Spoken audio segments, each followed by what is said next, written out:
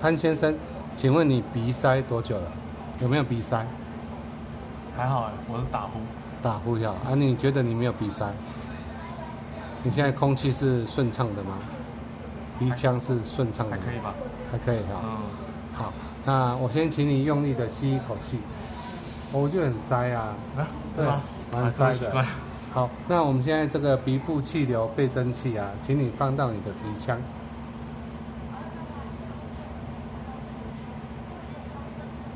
好，你再吸一口气。哦，有感觉吗？我懂了。哦，你懂了。嗯，什么意思？我刚刚是这边比较塞，对不对？对。那你现在呢？现在觉得怎样？有通吗？嗯，有通吗？我觉得这边有通啊，是因为这边本来就是通的。哦，那边本来就通的。哦，所以你刚刚一边不通。应该是这边比较塞一点点吧。好，那你以前有这么通畅过吗？